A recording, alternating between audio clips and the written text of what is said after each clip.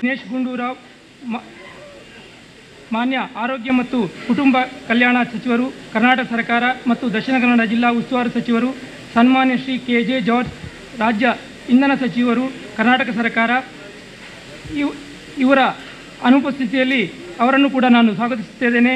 ಅದೇ ರೀತಿ ಮುಖ್ಯ ಅತಿಥಿಗಳಾಗಿ ಸನ್ಮಾನ್ಯ ಶ್ರೀ ನಳಿನ್ ಕುಮಾರ್ ಕಟೀಲ್, ಮಾನ್ಯ ಸಂಸದರು, ಲೋಕಸಭೆ ದಕ್ಷಿಣ ಕನ್ನಡ ಜಿಲ್ಲೆ, ಸನ್ಮಾನ್ಯ ಶ್ರೀ D. ವೀರೇಂದ್ರ ಹೆಗಡೆ, ಮಾನ್ಯ ಸಂಸದರು, ರಾಜ್ಯಸಭೆ, ಸನ್ಮಾನ್ಯ ಶ್ರೀ ಕೋಟ ಶ್ರೀನಿವಾಸ ಪೂಜಾರಿ, ಮಾನ್ಯ ಶಾಸಕರು, ಕರ್ನಾಟಕ ವಿಧಾನ ಪರಿಷತ್, ಸನ್ಮಾನ್ಯ ಶ್ರೀ BM ಫಾರೂಕ್, ಮಾನ್ಯ ಶಾಸಕರು, ಕರ್ನಾಟಕ ವಿಧಾನ ಪರಿಷತ್, ಸನ್ಮಾನ್ಯ ಶ್ರೀ K.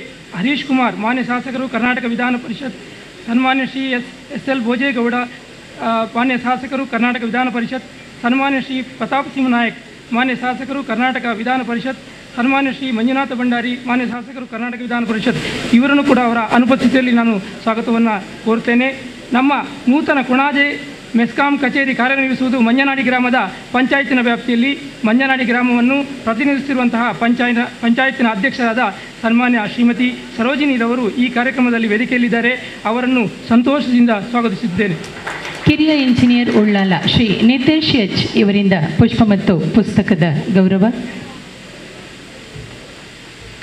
ಇದೇ ರೀತಿ ಶ್ರೀ ಗೌರವ್ ಗುಪ್ತಾ, ಭಾರತೀಯ ಆಡಳಿತ ಸೇವೆ ಅಪರ ಮುಖ್ಯ ಕಾರ್ಯದರ್ಶಿಗಳು, ಇಂಧನ ಇಲಾಖೆ, ಕರ್ನಾಟಕ ಸರ್ಕಾರ, ಶ್ರೀ ಪಂಕಜ್ ಕುಮಾರ್ ಪಾಂಡೆ, ಭಾರತೀಯ ಆಡಳಿತ ಸೇವೆ ವ್ಯವಸ್ಥಾಪಕ ನಿರ್ದೇಶಕರು, ಕವಿ ಪ್ರಾಣಿನಿ ಹಾಗೂ ಅಧ್ಯಕ್ಷರು ಮೆಸ್ಕಾಂ, ಅವರನ್ನು ಕೂಡ ಅವರ ಅನುಪಸ್ಥಿತಿಯಲ್ಲಿ ಸ್ವಾಗತವನ್ನು ಬಯಸುತ್ತೇನೆ. ನೂತನ ಉಪವಿಭಾಗದ ಮತ್ತು ಶಾಖೆಯ ರಚನೆಗೆ ಅಗತ್ಯವಾದಂಥ ಎಲ್ಲ ಆಡಳಿತಾತ್ಮಕ ಅನುಮೋದನೆ ನೀಡಿ ಮೂಲಸೌಕರ್ಯಗಳನ್ನು ಒದಗಿಸುವಲ್ಲಿ ಮಾರ್ಗದರ್ಶನವನ್ನು ನೀಡಿದಂತಹ ನಮ್ಮ ನೆಚ್ಚಿನ ಮಾನ್ಯ ವ್ಯವಸ್ಥಾಪಕ ನಿರ್ದೇಶಕರಂತಹ ಶ್ರೀಮತಿ D. ಪದ್ಮಾವತಿ ಮೇಡಮ್ ರವರಿಗೆ ಎಲ್ಲರ ಪರವಾಗಿ ಹೃತ್ಪೂರ್ವಕವಾಗಿ ಸ್ವಾಗತವನ್ನು ಬಯಸುತ್ತೇನೆ. ಶ್ರೀ ದಯಾನಂದ B. ಸಹಾಯಕ ಕಾರ್ಯನಿರ್ವಾಹಕ ಇಂಜಿನಿಯರ್ ಉಳ್ಳಾಲ ಇವರಿಂದ ಗೌರವ ಸಮರ್ಪಣೆ. ಮೆಸ್ಕಾಂನ ಮಾನ್ಯ ತಾಂತ್ರಿಕ ನಿರ್ದೇಶಕರ ಶ್ರೀ H. ರಮೇಶ್ ರವರು ನಮ್ಮೊಂದಿಗಿದ್ದಾರೆ. ಅವರಿಗೂ ಕೂಡ ಸ್ವಾಗತವನ್ನು ಕೋರುತ್ತೇನೆ. ಸಹಾಯಕ ಇಂಜಿನಿಯರ್ ರಾಜೇಶ್ ಶೆಟ್ಟಿ ಅವರಿಂದ ಗೌರವ. ಮೆಸ್ಕಾಂನ ಮುಖ್ಯ ಆರ್ಥಿಕ ಅಧಿಕಾರಿ ಶ್ರೀ ಜಗದೀಶ್ B. ಅವರಿಗೂ ಕೂಡ ನಾನು ಸ್ವಾಗತವನ್ನು ಕೋರುತ್ತೇನೆ. ಸಹಾಯಕ ಲೆಕ್ಕಾಧಿಕಾರಿ ಉಳ್ಳಾಲ ಶ್ರೀ ಮೆಲ್ವಿನ್ ಡಿಸೋಜಾ ಇವರು ಅತಿಥಿಗಳನ್ನು ಗೌರವಿಸುತ್ತಾರೆ. ಮೆಸ್ಕಾಂ ಮಂಗಳೂರು ವಲಯದ ಮುಖ್ಯ ಇಂಜಿನಿಯರ್ ಆದ ಶ್ರೀಮತಿ ಪುಷ್ಪಾ ಮೇಡಮ್ ರವರು ಕೂಡ ಸ್ವಾಗತವನ್ನು ಕೋರುತ್ತೇನೆ. ಶ್ರೀಮತಿ ನೀನಾ ಶೆಟ್ಟಿ, ಸಹಾಯಕ ಇಂಜಿನಿಯರ್ ತಾಂತ್ರಿಕ ವಿಭಾಗ, ಇವರು ಅತಿಥಿಗಳನ್ನು ಗೌರವಿಸುತ್ತಾರೆ. ಮಂಗಳೂರು ವಿಭಾಗದ ಮೆಸ್ಕಾಂ ಕಾರ್ಯನಿರ್ವಾಹಕ ಇಂಜಿನಿಯರ್ ಲೋಹಿತ್ BS ಅವರಿಗೂ ಕೂಡ ಸ್ವಾಗತವನ್ನು ಬಯಸುತ್ತೇನೆ. ಪವನ್ ಕುಮಾರ್, ಸಹಾಯಕ ಇಂಜಿನಿಯರ್ ಅವರಿಂದ ಗೌರವ ಸಮರ್ಪಣೆ. ಕಾರ್ಯಕ್ರಮದಲ್ಲಿ ಭಾಗಿಗಳಾಗಿರುವಂತಹ ಸ್ಥಳೀಯ ಸಂಸ್ಥೆಗಳ ಜನಪ್ರತಿನಿಧಿಗಳು, ನಾಗರಿಕ ಬಂಧುಗಳಿಗೆ, ಮೆಸ್ಕಾಂನ ಎಲ್ಲ ಅಧಿಕಾರಿ ನೌಕರರಿಗೆ, ವಿದ್ಯುತ್ ಗುತ್ತಿಗೆದಾರರಿಗೆ ಹೃತ್ಪೂರ್ವಕ ಸ್ವಾಗತವನ್ನು ಬಯಸುತ್ತೇನೆ. ಸಮಾರಂಭದಲ್ಲಿ ಉಪಸ್ಥಿತರಿರುವಂತಹ ಮಾಧ್ಯಮದ ಸ್ನೇಹಿತರಿಗೆ ತಮ್ಮ ಸಹಕಾರ ಕೋರುತ್ತಾ ಪ್ರೀತಿಯ ಸ್ವಾಗತವನ್ನು ಕೋರುತ್ತೇನೆ. ಎಲ್ಲರಿಗೂ ಕೂಡ ಮತ್ತೊಮ್ಮೆ ಸ್ವಾಗತವನ್ನು ಬಯಸುತ್ತಾ ನನ್ನ ಸ್ವಾಗತ ಭಾಷಣ ಮುಗಿಸ್ತೇನೆ. ಕಾರ್ಯಕ್ರಮದಲ್ಲಿ ದಕ್ಷಿಣ ಕನ್ನಡ ಜಿಲ್ಲಾ ಪಂಚಾಯತಿನ ಮಾಜಿ ಉಪಾಧ್ಯಕ್ಷೆ, KPCC ಸದಸ್ಯೆಯಾಗಿರುವ ಶ್ರೀಮತಿ ಮಮತಾ ಗಟ್ಟಿ ಅವರು ಉಪಸ್ಥಿತರಿದ್ದಾರೆ. ಹಾಗೆ ಧಾರ್ಮಿಕ ದತ್ತಿ ಇಲಾಖೆಯ ಸದಸ್ಯೆ, ಮೆಸ್ಕಾಂನ ಮಾಜಿ ನಿರ್ದೇಶಕಿಯಾಗಿರುವ ಶ್ರೀಮತಿ ಮಲ್ಲಿಕಾ ಪಕ್ಕಳ ಅವರು ಉಪಸ್ಥಿತರಿದ್ದಾರೆ. KPCCಯ ಬ್ಲಾಕ್ ಅಧ್ಯಕ್ಷರಾಗಿರುವ ಸದಾಶಿವ ಉಳ್ಳಾಲ ಅವರು ಕೂಡ ನಮ್ಮೊಂದಿಗಿದ್ದಾರೆ. Shri Padmaraj, KPCC general secretary ಹಾಗೂ ನ್ಯಾಯವಾದಿ, ಅವರು ಕೂಡ ನಮ್ಮ ಜೊತೆ ಇದ್ದಾರೆ. ಅವರೆಲ್ಲರನ್ನ ಸಭೆಯ ವತಿಯಿಂದ ಅವರ ಉಪಸ್ಥಿತಿಯನ್ನು ಗುರುತಿಸಿ ಗೌರವಿಸುತ್ತೇವೆ. ಕಾರ್ಯಕ್ರಮವನ್ನು ಮುಂದುವರಿಸುತ್ತಾ, ತಾನು ಬಿಸಿಲಲ್ಲಿ ನಿಂತು ತನ್ನ ಬಳಿ ಬರುವವಗೆ ತಣ್ಣಗಿನ ಆಸರೆಯ ನೆರಳ ಕೊಟ್ಟು ಹೇಗೆ ಗೆಲುವಾಗುವುದೋ ಹಸಿರೆಲೆಯ ಹೊಂಗೆ ಮರ ಹಾಗೆ ಬಾಳಿಸು ಗುರುವೆ ಪ್ರೀತಿ ಇಟ್ಟು ಎಂಬ ಕವಿನುಡಿಗೆ ಒಪ್ಪುವಂತೆ ದಿನದ 24 ಗಂಟೆಯೂ ಕೆಲಸ ಮಾಡುವ ಸಂಸ್ಥೆ ಮೆಸ್ಕಾಂ ಇಂದು ನೂತನ ಕೊಣಾಜೆ ಉಪವಿಭಾಗದ ಸ್ಥಾಪನೆಯೊಂದಿಗೆ ಮೆಸ್ಕಾಂನ ಸಾಮರ್ಥ್ಯ ಮತ್ತು ಹೊಣೆಗಾರಿಕೆ ಎರಡೂ ಹೆಚ್ಚಿವೆ. ಈ ಯೋಜನೆಯ ಆಶಯ ಮತ್ತು ಮಹತ್ತಿಕೆಗಳನ್ನು ಕಾಣಿಸುವ ಪ್ರಸ್ತಾವನೆಯ ಮಾತುಗಳನ್ನಾಡುವಂತೆ ಶ್ರೀಮತಿ D. ಪದ್ಮಾವತಿ, ವ್ಯವಸ್ಥಾಪಕ ನಿರ್ದೇಶಕರು ಮೆಸ್ಕಾಂ, ಇವರಲ್ಲಿ ಕೋರಿಕೆ. ಒಂದು ರಾಷ್ಟ್ರದ ಅಥವಾ ರಾಜ್ಯದ ಅಥವಾ ಒಂದು ಕ್ಷೇತ್ರದ ಅಭಿವೃದ್ಧಿಗೆ ಮೂಲಭೂತ ಸೌಕರ್ಯಗಳಲ್ಲಿ ಒಂದಾದ ವಿದ್ಯುತ್ ಶಕ್ತಿಯು ಮಹತ್ತರ ಪಾತ್ರವನ್ನು ವಹಿಸುತ್ತದೆ ಅನ್ನೋದು ನಮಗೆಲ್ಲರಿಗೂ ಗೊತ್ತಿದೆ. ಹಾಗೂ ವಿದ್ಯುತ್ ಶಕ್ತಿಯು ಒಂದು ದೇಶದ ಆರ್ಥಿಕ ಹಾಗೂ ಸಮಾಜದ ಜನರ ಜೀವನ ಮಟ್ಟವನ್ನು ಸುಧಾರಿಸುತ್ತದೆ ಎಂಬುದರಲ್ಲಿ ಎಳ್ಳಷ್ಟು ಸಂಶಯವಿಲ್ಲ. ಪ್ರತಿಯೊಂದು ದೈನಂದಿನ ಕೆಲಸಗಳಾದ ಅಡಿಗೆ ಮನೆಯಿಂದ ಹಿಡಿದು ಕಚೇರಿ ಕೋರ್ಟ್ವರೆಗೂ ವಿದ್ಯುತ್ ಶಕ್ತಿ ಅತ್ಯವಶ್ಯಕತೆ ಇದೆ. ವಿದ್ಯುತ್ ಶಕ್ತಿ ಇಲ್ಲವೆಂದರೆ ನಮ್ಮ ಎಲ್ಲ ಕೆಲಸ ಕಾರ್ಯಗಳು ಅಸ್ತವ್ಯಸ್ತವಾಗುತ್ತವೆ. ವಿದ್ಯುತ್ ಶಕ್ತಿ ಎಲ್ಲ ಕ್ಷೇತ್ರಗಳಿಗೂ ಬೇಕೇ ಬೇಕು. ಒಂದು ದೇಶದ ಅಭಿವೃದ್ಧಿಯಲ್ಲಿ ಕೈಗಾರಿಕೆ, ಕೃಷಿ, ವಿದ್ಯಾಲಯಗಳು, ಆಸ್ಪತ್ರೆಗಳು, ಏರ್ಪೋರ್ಟು, ರೈಲ್ವೆ ಎಲ್ಲ ಕಡೆಯೂ ವಿದ್ಯುತ್ ಶಕ್ತಿಯು ಅತ್ಯವಶ್ಯಕವಾಗಿರುತ್ತದೆ. ಆದ್ದರಿಂದ ಬೆಳವಣಿಗೆಯ ದ್ಯೋತಕವಾಗಿ ಹಾಗೂ ಪ್ರಗತಿಯ ಸಂಕೇತವಾಗಿ ಇಂದಿನ ಕಾರ್ಯಕ್ರಮ ನೆರವೇರುತ್ತಿದೆ. ನಮ್ಮ ದೇಶದಲ್ಲಿ ವಿದ್ಯುತ್ ಸರಬರಾಜು ಕಂಪನಿಗಳಲ್ಲಿ ಮೆಸ್ಕಾಂ ಕಂಪನಿಯು ಒಂದು ಅತ್ಯುತ್ತಮ ಕಂಪನಿ ಎಂದು ಆಗಿ ಹೊರಹೊಮ್ಮಿದೆ ಎಂದು ಹೇಳುವುದರಲ್ಲಿ ನನಗೆ ಹೆಮ್ಮೆ ಎನಿಸುತ್ತದೆ.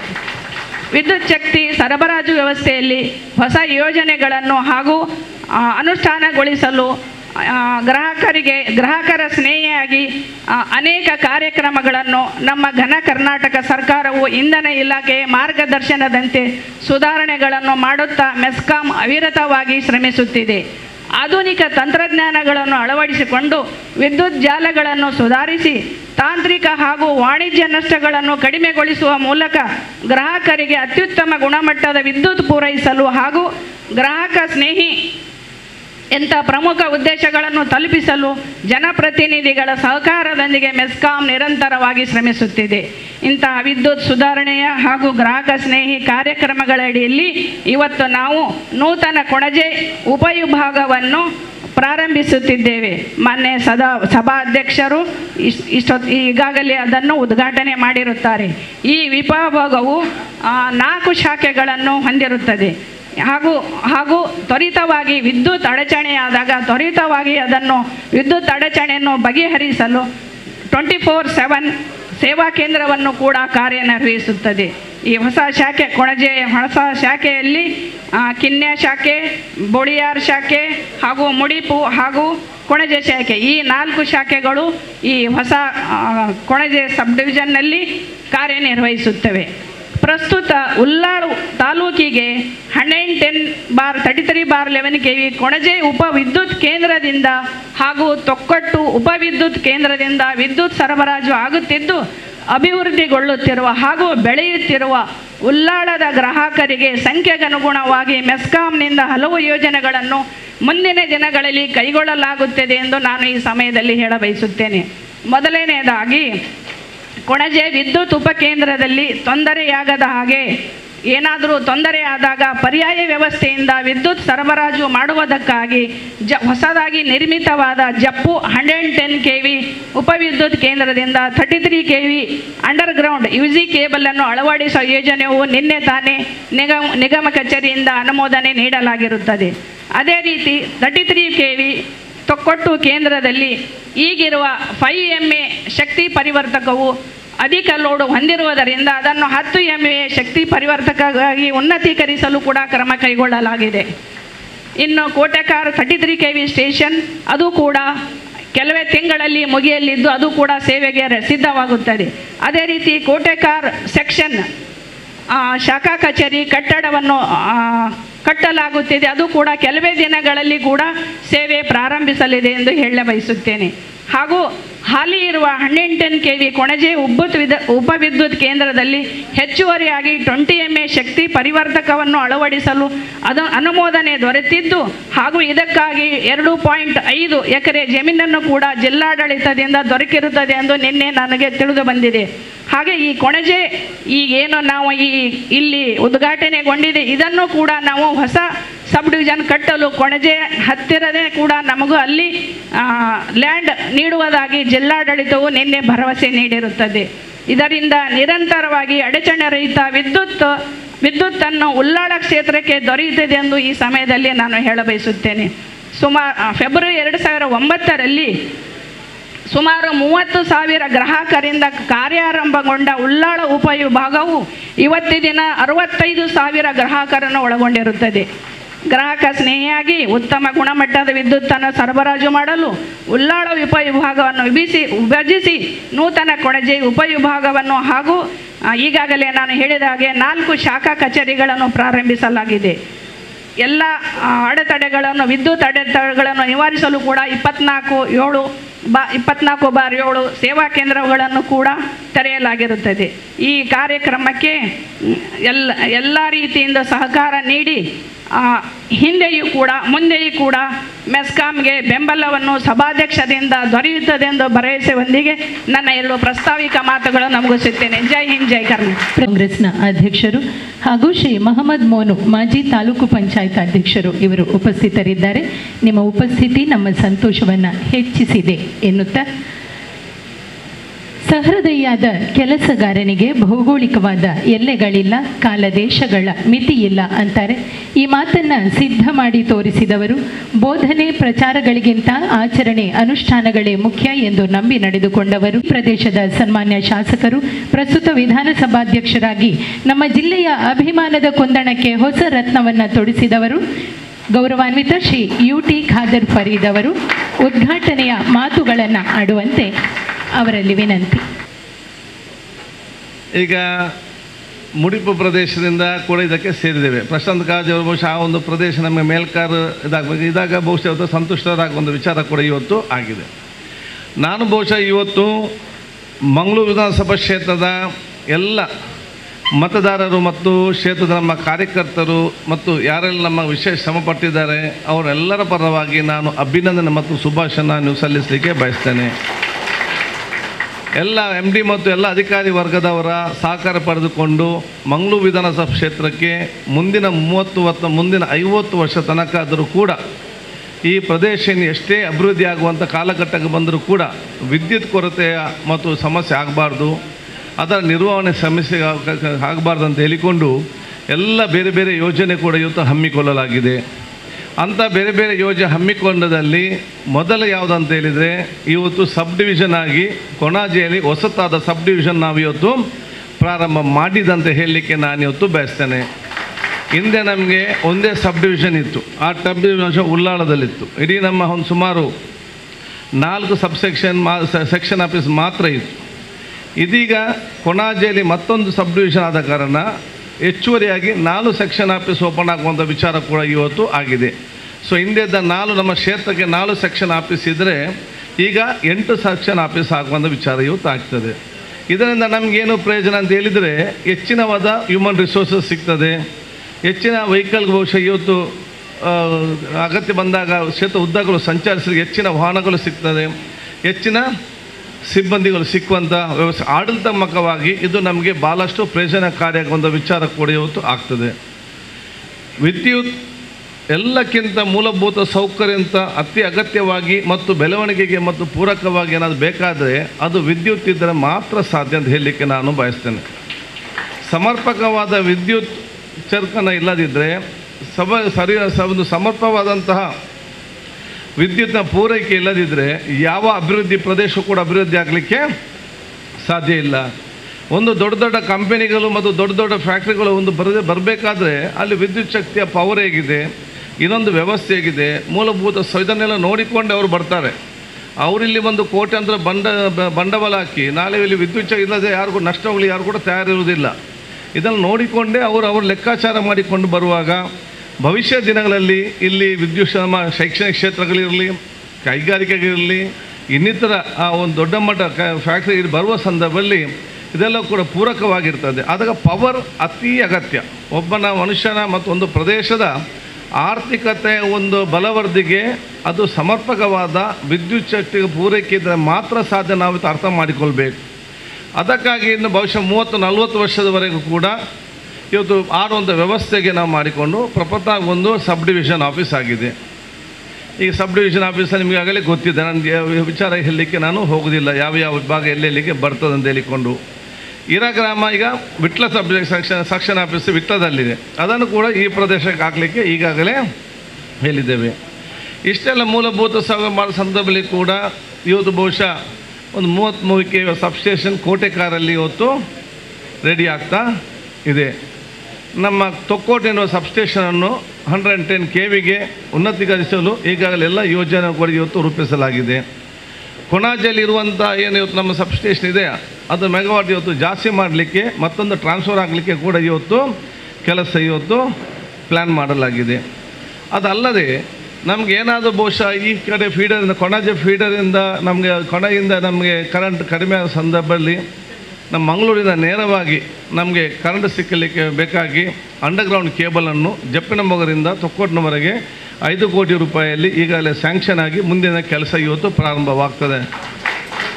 ಇವತ್ತು ಬಹುಶಃ ಕೆಲವೊಂದು ಕೆಲಸ ಕಾರ್ಯ ನಡೆಯುವಾಗ ಕೆಲವೊಮ್ಮೆ ನಾವು ವಿದ್ಯುತ್ ಶಕ್ತಿ ಆಫ್ ಮಾಡಬೇಕು, ಅಲ್ಲಿ ಅಡಚಣೆ ಉಂಟಾಗೋದು ಸಮಸ್ಯೆ, ಯಾಕಂದರೆ ನಾವು ಮುಂದೆ ಲೈನ್ ಇರುವಂಥದ್ದು.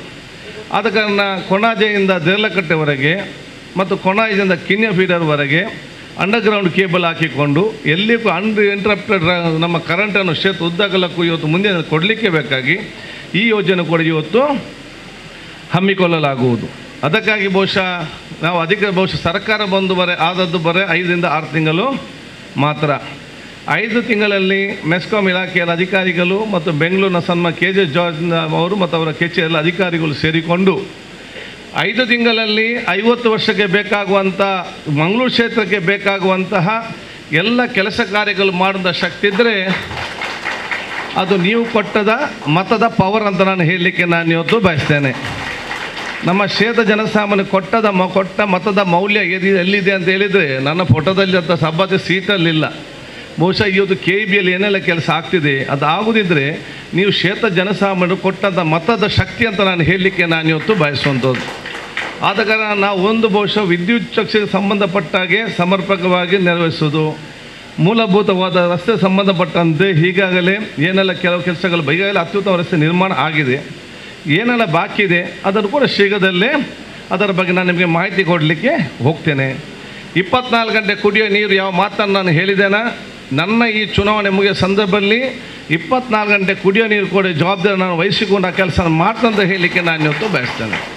ಸೊ ಕರೆಂಟ್, ರಸ್ತೆ, ನೀರು ಈ ಮೂಲಭೂತ ಸೌಕರ್ಯ ಜೊತೆಯಲ್ಲಿ ನಮ್ಮ ಎಲ್ಲ ಸರ್ಕಾರಿ ಶಾಲೆಗಳ ಹೈಸ್ಕೂಲನ್ನು ನಾವು ಇವತ್ತು ಅತ್ಯುತ್ತಮವಾದ ಮಾದರಿಯಾದ ಹೈಸ್ಕೂಲ್ ನಾವು ಇವತ್ತು ನಿರ್ಮಾಣ ಮಾಡಿಕೊಡೋದು ಜವಾಬ್ದಾರಿ, ಅದು ನಿಮ್ಮೆಲ್ಲರೂ ಇವತ್ತು ಜವಾಬ್ದಾರಿ ಕೂಡ ಇವತ್ತು ಇದು ನಮಗೆ ಕ್ಷೇತ್ರ ಉದ್ದಗಲಕ್ಕೆ ಕನಿಷ್ಠ ಮೂಲಭೂತ ಸೌಕರ್ಯ ಕೊಡೋದು ಯೋಜನೆ ನಾವು ಇವತ್ತು ಹಮ್ಮಿಕೊಂಡು ಇವತ್ತು ಆಗಬೇಕು. ತದನಂತರ ಆಟೋಮ್ಯಾಟಿಕ್ಕಾಗಿ ಒಂದೊಂದು ಅದಕ್ಕೆ ಅಷ್ಟೇ ಅದು ಅಭಿವೃದ್ಧಿ ಆಗ್ತಾ ಹೋಗುವಂಥ ವಿಚಾರ ಕೂಡ ಇವತ್ತು ಆಗ್ತದೆ. ಒಂದು ಕಾಲಘಟ್ಟ ಇತ್ತು, ಮುಡಿಪುರನೆಲ್ಲ ಕೂಡ ಜಾಗ ಮಾರಿ ಅಥವಾ ಮನೆಯಲ್ಲಿ ಜಾಗ ಬಿಟ್ಟು ನಗರದಲ್ಲಿ ಇವತ್ತು ವಾಸ ಮಾಡ್ತಾಯಿದ್ರು. ಆದರೆ ನಾವು ಇವತ್ತು ಮೂಲಭೂತ ಸೌಕರ್ಯ ಕೊಟ್ಟಂಥ ಸಂದರ್ಭದಲ್ಲಿ ನನಗೆ ಹೆಮ್ಮೆ ಎನಿಸ್ತದೆ, ಮಂಗಳೂರಿನಲ್ಲಿ ಅವರ ಮನೆ ಮಾರಿಕೊಂಡು ಈಗ ದೇರ್ಲಕಟ್ಟೆ, ಬಹುಶಃ ನಾಟಕಲ್ ಮತ್ತು ಕೊಣಾಜೆಯಲ್ಲಿ ಮತ್ತು ಮುಡಿಪುರಲ್ಲಿ ಅವ್ರ ಮನೆ ಮಾಡಿದ ಪರಿಸ್ಥಿತಿ ನಾವಿವತ್ತು ನಮ್ಮ ಅಭಿವೃದ್ಧಿ ಮುಖಾಂತರ ನಾವಿವತ್ತು ಮಾಡಿದ್ದೇವೆ ಅಂತ ಹೇಳಲಿಕ್ಕೆ ನನಗೆ ಹೆಮ್ಮೆ ಆಗ್ತದೆ.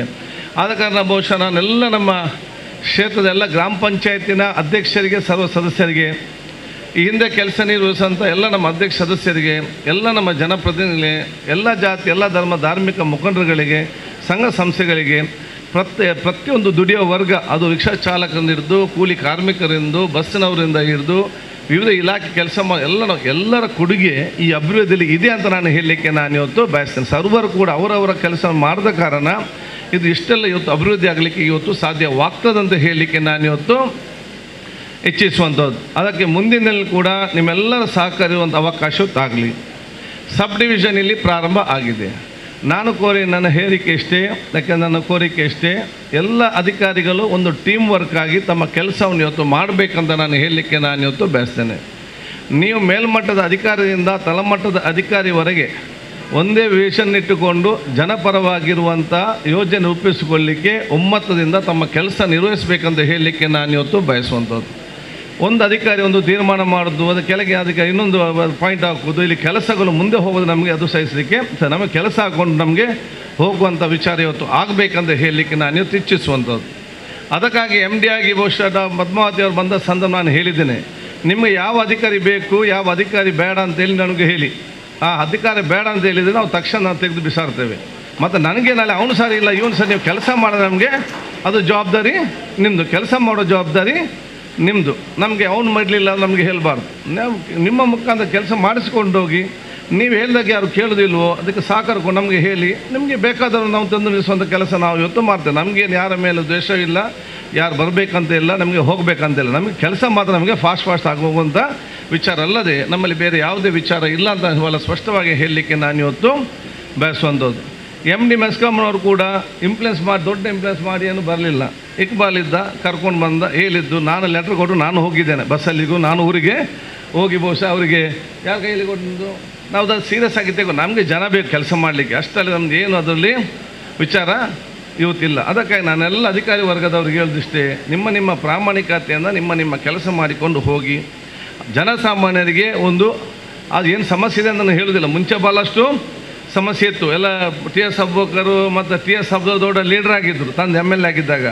ತೊಕ್ಕೋಟ್ನಲ್ಲಿ ಸಣ್ಣದೊಂದು ಆಫೀಸ್ ಇತ್ತು, ಅದು ಸರಿ ಇಲ್ಲ ಅಂತೇಳಿ ಇವ್ರದ್ದೆಲ್ಲ ಸ್ಟ್ರೈಕ್. ಒಂದು ದಿವಸ ಸ್ಟ್ರೈಕ್ ಆಗೆಲ್ಲ ಹೋಗ್ಕೊಂಡು ಯಾರು ಇವರೆಲ್ಲ ಕರೆಕ್ಟ್ ಇದ್ದರು, ಸ್ಟ್ರೈಕ್ ಆಗಿ ಇವ್ರು ಲೀಡರ್ಗೆಲ್ಲ ಮುಂದೆ ನಿಂತಿದ್ದಾರೆ. ಹಿಂದೆದ್ದಾಗೆಲ್ಲ ಯಂಗ್ಸ್ಟರ್ ಗುತ್ತಿಗಾದವರಿಗೆ ಬೋರ್ಡನ್ನೆಲ್ಲ ಕೆಳಗೆ ಹಾಕಿದ್ದಾರೆ, ಕೇಸೆಲ್ಲ ಇವರ ಮೇಲೆ. ಅದರಂತ ಸ್ಟ್ರೈಕ್ ಬಂದು ಒಬ್ಬರ ಮೇಲೆ ಕೂಡ ಸ್ಟ್ರೈಕ್ ಇಲ್ಲ ಅಂತ ಬರೆಸಿತ್ತು. ಅದು ಈಗಲೂ ಕೂಡ ನನಗೆ ನೆನಪಿದೆ. ಆಗ ಸಮಸ್ಯೆ ಆಗಲೂ ಕೂಡ ಇತ್ತಿಲ್ಲ ಅಂತಲ್ಲ, ಈಗೆಲ್ಲ ಬಗೆಹರಿಸಿಕೊಂಡು ಹಂತವಾಗಿ ಎಲ್ಲ ಕೂಡ ನಿವಾರಣೆ ಆಗಿಕೊಂಡು ಬಂದಿದೆ. ಅತ್ಯುತ್ತಮ ಜಾಗದಲ್ಲಿ ಇವತ್ತು ಟೆಂಪರರಿ ಆಗಿ ಇವತ್ತು ಪ್ರಾರಂಭ ಆಗಿದೆ. ಮುಂದಿನ ದಿನಗಳಲ್ಲಿ ಇದಕ್ಕೆ ಶಾಶ್ವತವಾದ ಕಟ್ಟಡ ನಿರ್ಮಾಣ ಮಾಡಲು ಕೂಡ ಇದು ಹಮ್ಮಿಕೊಳ್ಳಲಾಗಿದೆ. ಈ ಒಂದು ಕಟ್ಟಡ ಕೂಡ ನಮ್ಮ ಅತ್ಯಂತ ಮೈತ್ರಿಕ ಅವರು ಬಹುಶಃ ಯಾರಿದ್ರು ನಮ್ಮ ಹಿರಿಯರು, ಅವ್ರದ್ದೇ ಕಟ್ಟಡ ಸರಿಯಾದ ಸಮಯದಲ್ಲೇ ಎದ್ದು ನಿಂತು ಸರಿಯಾದ ಜಾಗದಲ್ಲಿ ನಮಗೆ ಸಿಕ್ಕುವಂಥ ಅವಕಾಶ ಕೂಡ ಇವತ್ತು ಆಗಿದೆ ಅಂತ ಹೇಳಲಿಕ್ಕೆ ನಾನು ಇವತ್ತು ಬಯಸ್ತೇನೆ. ಅದಕ್ಕಾಗಿ ಇಲ್ಲಿ ಚೆನ್ನಾಗಿರುವಂಥ ಕೆಲಸ ಕಾರ್ಯಗಳೆಲ್ಲ ಆಗುವಂಥ ಅವಕಾಶ ಇವತ್ತು ಆಗಲಿ. ಎಲ್ಲರಿಗೂ ಒಗ್ಗಟ್ಟಿನ ತಮ್ಮ ಕೆಲಸ ಕಾರ್ಯಗಳನ್ನು ಮಾಡುವಂಥ ಒಂದು ಮನೋಭಾವವನ್ನು ಹಮ್ಮಿಕೊಳ್ಳಿ. ಅತ್ಯಂತ ಒಂದು ಜನಸ್ನೇಹಿ ಅಂತ ಅತ್ಯಂತ ಜನರ ಪ್ರೀತಿ ವಿಶ್ವಾಸದ ಮತ್ತು ಜನಪರವಾಗಿ ಕೆಲಸ ಮಾಡುವಂತಹ ಸಬ್ ಡಿವಿಷನ್ ಅಂತ ಪಡ್ಕೊಳ್ಳಿ ಅಂತ ಹೇಳಲಿಕ್ಕೆ, ಹೆಸರು ಪಡ್ಕೊಳ್ಳಿ ಅಂತ ಹೇಳಲಿಕ್ಕೆ ನಾನು ಇವತ್ತು ಬಯಸ್ತೇನೆ. ಅದಲ್ಲದೆ ನಾನು ನಿಮಗೆ ಹೇಳೋದಿಷ್ಟೇ, ಕಳೆದ ಹಲವಾರು ವರ್ಷ ನಮಗೆ ಸರಿಯಾದ ತಪ್ಪ ಗೊತ್ತಾಗ ಹೇಳಬೇಕಾದ್ರೆ ಕಳೆದ ಹಲವಾರು ವರ್ಷಗಳಿಂದ ಸುನೀಲ್ ಕುಮಾರ್ ಅವರು ಮಂತ್ರಿ ಆಗಿದ್ದಾಗ ಕಾರ್ಕಳಕ್ಕೆ ಒಂದು ಡಿವಿಷನ್ ಮಾಡಿದ್ದಲ್ಲದೆ ಬೇರೆ ಎಲ್ಲಿಯೂ ಕೂಡ ಸಬ್ ಡಿವಿಷನ್ ಆಗಲಿಲ್ಲ ಅಂತ ಬಹುಶಃ ನಾನು ಹೇಳಲಿಕ್ಕೆ ನಾನು ಎಲ್ಲದಾಗಿದೆಯಾ ಎಲ್ಲಿಗೂ ಅಷ್ಟು ಸುಲಭದಲ್ಲಿ ಅಲ್ಲಿ ಕೂಡ ಆಗಲಿಲ್ಲ.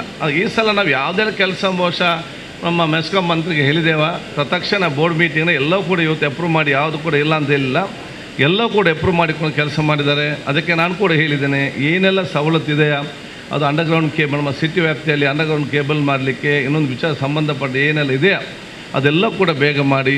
ಮತ್ತು ಮೆಸ್ಕಾಂನ ಅಧಿಕಾರಿ ನಾನು ಹೇಳಿದಿಷ್ಟೇ, ನಿಮ್ಮ ಹತ್ರ PWD RDPR ಮತ್ತು ನಿಕಟವಾದ ಒಂದು ಸಂಪರ್ಕ ಇರುವಂಥ ಕೆಲಸ ಇವತ್ತು ಮಾಡಬೇಕು. ಭಾಳಷ್ಟು ಜನಸಾಮಾನ್ಯರ ಆ ಒಂದು ಕೆಲಸ ಕಾರ್ಯ ಬಾಕಿ ಆಗ್ತದೆ, ನಗರಸಭೆಯಿಂದ ಬಂದಿರ್ತದೆ, ಇಲ್ಲಿ ಬಾಕಿ ಆಗಿರ್ತದೆ, ಅಥವಾ ನಿಮ್ಮ PWDಯಿಂದ ಬಂದಿರ್ತದೆ, ಟೆಕ್ನಿಕಲ್ನಿಂದಾಗಿ ಬಹುಶಃ ಬಾಕಿ ಆಗುವಂಥದ್ದು. ನಾವು PWD ಕೇಳಿದ್ರೆ ನಾವು ಮೆಸ್ಕಾಂ ಹೋಗಿದ್ದೆ, ನಮ್ಮ ಎಸ್ಟಿಮೇಟ್ ಅಪ್ರೂವ್ ಆಗಿ ಬರಲಿಲ್ಲ.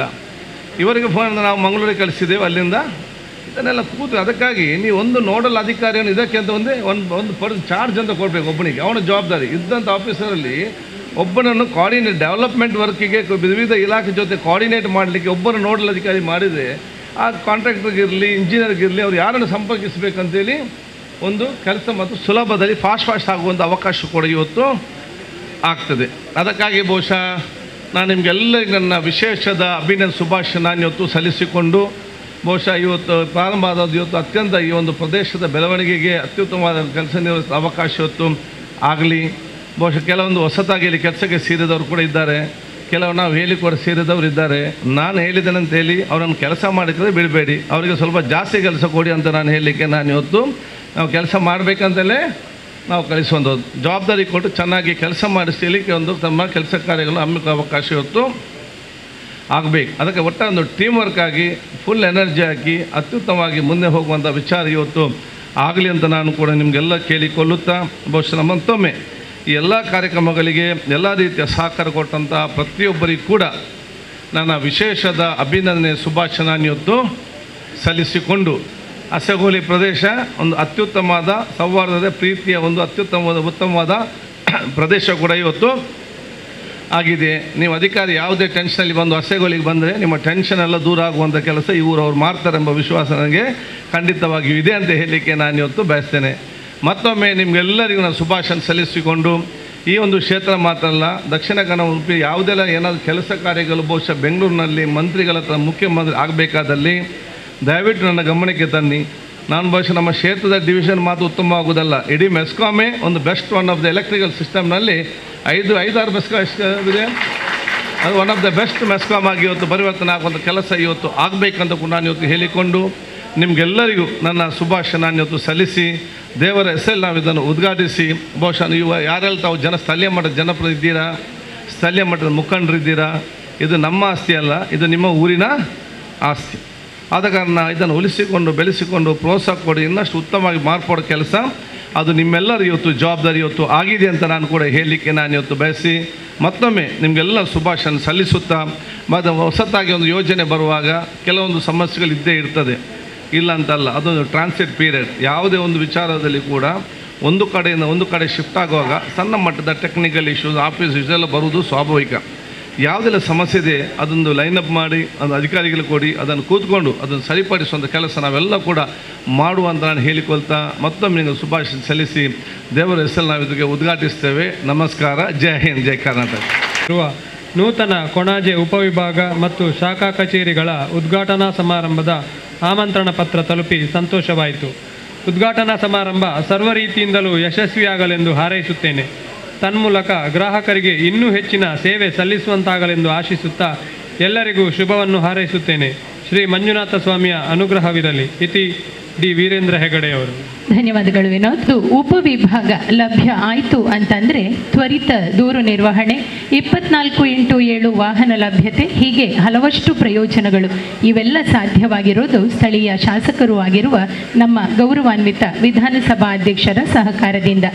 ದೇಹಿ ಎಂದು ಬಂದವರಿಗೆ ನಾಸ್ತಿ ಎನ್ನದೆ ಎಲ್ಲ ವರ್ಗದ ಜನರ ಬೇಡಿಕೆಗಳಿಗೆ ಸ್ಪಂದಿಸುತ್ತಾ ಈ ಭಾಗದ ಮನೆ ಮಂದಿಯ ಬಾಯಲ್ಲಿ ನಮ್ಮ ಖಾದರ್ ಎಂಬಂಥ ನೆರೆಮನೆಯ ಹುಡುಗನಾಗಿರುವ ನಮ್ಮೆಲ್ಲರ ಹೆಮ್ಮೆಯ ವಿಧಾನಸಭಾಧ್ಯಕ್ಷರು, ಕರಾವಳಿಯ ಸೌಹಾರ್ದ, ಸೌಜನ್ಯ ಮತ್ತು ಸೌಶೀಲ್ಯಗಳ ಐಕಾನ್ ಎನಿಸಿರುವ ಶ್ರೀಯುತ UT ಖಾದರ್ ಫರೀದ್ ಅವರನ್ನು ನಿಮ್ಮೆಲ್ಲರ ಗಟ್ಟಿಯಾದ ಚಪ್ಪಾಳೆಯ ಗೌರವದೊಂದಿಗೆ ಸಮ್ಮಾನದ ಮಣೆಗೆ ಆಹ್ವಾನಿಸಿದ್ದೇವೆ. ಮೆಸ್ಕಾಂನ ಎಲ್ಲ ಹಿರಿಯ ಅಧಿಕಾರಿಗಳು ವಿಧಾನಸಭಾಧ್ಯಕ್ಷರನ್ನು ಗೌರವಿಸುವ ಈ ಪ್ರಕ್ರಿಯೆಯಲ್ಲಿ ಕೈ ಜೋಡಿಸುತ್ತಾರೆ.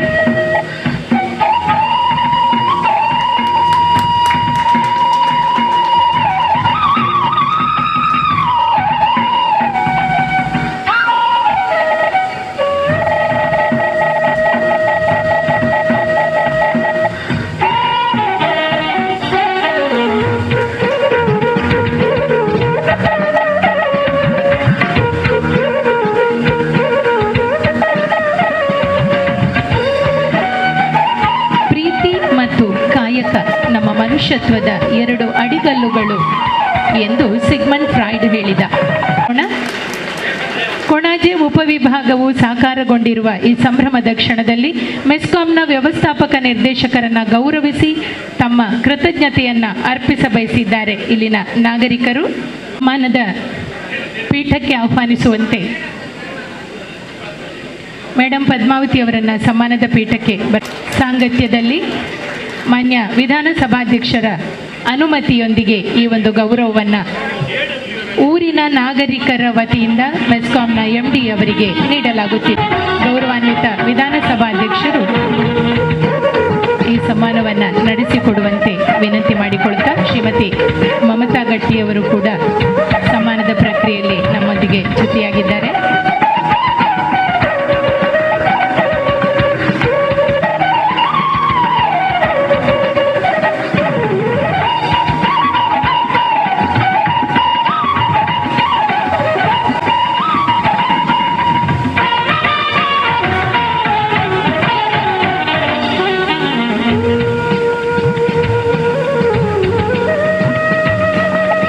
ಸಹಾಯಕ ಕಾರ್ಯನಿರ್ವಾಹಕ ಇಂಜಿನಿಯರ್ ಉಳ್ಳಾಲ ಉಪವಿಭಾಗ ಹಾಗೂ ಹೆಚ್ಚುವರಿ ಪ್ರಭಾರ ಕೊಣಾಜೆ ಉಪವಿಭಾಗ. ನೂತನ ಕೊಣಾಜೆ ಉಪವಿಭಾಗ ಕಚೇರಿಯ ಉದ್ಘಾಟನಾ ಸಮಾರಂಭದ ಶುಭ ಸಂದರ್ಭದಲ್ಲಿ ವಂದನಾರ್ಪಣೆ ಹೇಳಲು ಉಪಸ್ಥಿತನಿದ್ದೇನೆ.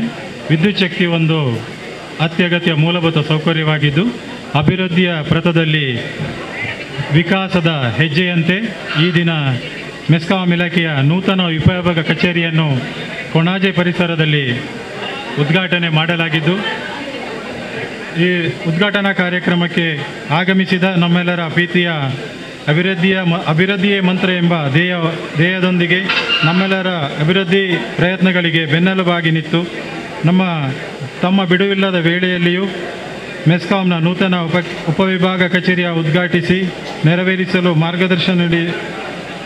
ನೆರವೇರಿಸಿ ಮಾರ್ಗದರ್ಶನವನ್ನಿತ್ತ ನಮ್ಮೆಲ್ಲರ ನೆಚ್ಚಿನ ಸನ್ಮಾನ್ಯ ಶ್ರೀ UT ಖಾದರ್ ಫರೀದ್ ವಿಧಾನಸಭಾಧ್ಯಕ್ಷರು, ಕರ್ನಾಟಕ ಸರ್ಕಾರ ಇವರಿಗೆ ಮೆಸ್ಕಾಂ ಇಲಾಖೆಯ ಎಲ್ಲ ಅಧಿಕಾರಿ ನೌಕರರ ಪರವಾಗಿ ಹಾಗೂ ಕಚೇರಿಯ ಎಲ್ಲ ವ್ಯಾಪ್ತಿಯ ಎಲ್ಲ ಗ್ರಾಹಕರ ಪರವಾಗಿ ತುಂಬು ಹೃದಯದ ಧನ್ಯವಾದಗಳು ಸರ್.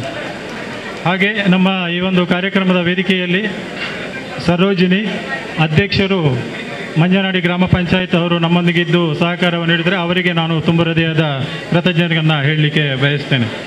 ನೂತನ ಉಪವಿಭಾಗದ ರಚನೆಗೆ ಅಗತ್ಯವಿರುವ ಎಲ್ಲ ಮೂಲ ಸೌಕರ್ಯವನ್ನು ಒದಗಿಸಿಕೊಟ್ಟು ಆಡಳಿತಾತ್ಮಕ ಅನುಮೋದನೆಯನ್ನು ನೀಡಿ ಎಲ್ಲ ಅಭಿವೃದ್ಧಿ ಕಾರ್ಯಗಳಿಗೆ ಚಾಲನೆಯನ್ನು ನೀಡಿರುವಂತಹ ಮತ್ತು ಉತ್ತಮ ಕಾರ್ಯಕ್ರಮಗಳಿಗೆ ಮಾರ್ಗದರ್ಶನವನ್ನು ನೀಡಿರುವ ಮಂಗಳೂರು ವಿದ್ಯುತ್ ಸರಬರಾಜು ಕಂಪನಿಯ ಗೌರವಾನ್ವಿತ ವ್ಯವಸ್ಥಾಪಕ ನಿರ್ದೇಶಕರಾದ ಶ್ರೀಮತಿ ಪದ್ಮಾವತಿ ಮೇಡಮ್ ಅವರಿಗೆ ನಿಮ್ಮೆಲ್ಲರ ಪರವಾಗಿ ಪರಿಸರದ ಗ್ರಾಹಕರ ಪರವಾಗಿ ಹೃತ್ಪೂರ್ವಕ ಧನ್ಯವಾದಗಳು. ಹಾಗೂ ವೇದಿಕೆಯಲ್ಲಿ ಉಪಸ್ಥಿತರಿರುವ ಮಂಗಳೂರು ವಿದ್ಯುತ್ ಸರಬರಾಜು ಕಂಪನಿಯ ನಿರ್ದೇಶಕರು ತಾಂತ್ರಿಕ ರಮೇಶ್ ಅವರಿಗೆ ಧನ್ಯವಾದಗಳು. ಹಾಗೂ ಜಗದೀಶ್ ಮುಖ್ಯ ಆರ್ಥಿಕ ಅಧಿಕಾರಿ ಮೆಸ್ಕಾಂ ಅವರಿಗೂ ಧನ್ಯವಾದಗಳನ್ನು ಹೇಳಲಿಕ್ಕೆ ಬಯಸ್ತಾ ಇದ್ದೀನಿ. ಶ್ರೀಮತಿ ಪುಷ್ಪ ಎಸ್ ಚೀಫ್ ಇಂಜಿನಿಯರ್ ಮೆಸ್ಕಾಂ ಇವರಿಗೂ ಧನ್ಯವಾದಗಳನ್ನು ಅರ್ಪಿಸ್ತಾ ಇದ್ದೇನೆ. ಹಾಗೂ ವೇದಿಕೆಯಲ್ಲಿರುವ ಕೃಷ್ಣರಾಜ್ ಕೆ ಮಾನ್ಯ ಅಧೀಕ್ಷಕ ಇಂಜಿನಿಯರ್ ಅವರಿಗೂ ಕೃತಜ್ಞತೆಗಳನ್ನು ಹೇಳಲಿಕ್ಕೆ ಬಯಸ್ತೇನೆ. ಹಾಗೂ ಲೋಹಿತ್ ಎಸ್ ಕಾರ್ಯನಿರ್ವಾಹಕ ಇಂಜಿನಿಯರ್ ಮಂಗಳೂರು ಇವರಿಗೂ ಧನ್ಯವಾದಗಳನ್ನು ಹೇಳ್ತಿದ್ದೇನೆ. ಹಾಗೂ ಈ ಕಾರ್ಯಕ್ರಮಕ್ಕೆ ಪ್ರತ್ಯಕ್ಷವಾಗಿ ಪರೋಕ್ಷವಾಗಿ ಯಶಸ್ವಿಗೊಳಿಸಲು ಕಾರಣಕರ್ತರಾದ ನಮ್ಮೆಲ್ಲ ಅಧಿಕಾರಿ ಮಿತ್ರರು, ನೌಕರರು ಹಾಗೂ ಮಾಧ್ಯಮ ಮಿತ್ರರು ಹಾಗೂ ಈ ವೇದಿಕೆಯನ್ನು ಸಜ್ಜುಗೊಳಿಸಿದ ಲಘು ಉಪಹಾರ ವ್ಯವಸ್ಥೆ ಮಾಡಿದ ಎಲ್ಲರಿಗೂ ವಂದಿಸುತ್ತಾ ಈ ಕಾರ್ಯಕ್ರಮವನ್ನು ನಾವು ಇಲ್ಲಿಗೆ ಮುಕ್ತಾಯಗೊಳಿಸ್ತೇನೆ. ಧನ್ಯವಾದಗಳು. ಹೂವಿನ ಸುಗಂಧ ಗಾಳಿ ಬೀಸಿದ ದಿಕ್ಕಿಗೆ ಮಾತ್ರ ಹರಡುತ್ತದೆ. ನಾವೆಲ್ಲರೂ ಒಳ್ಳೆಯವರಾಗೋಣ.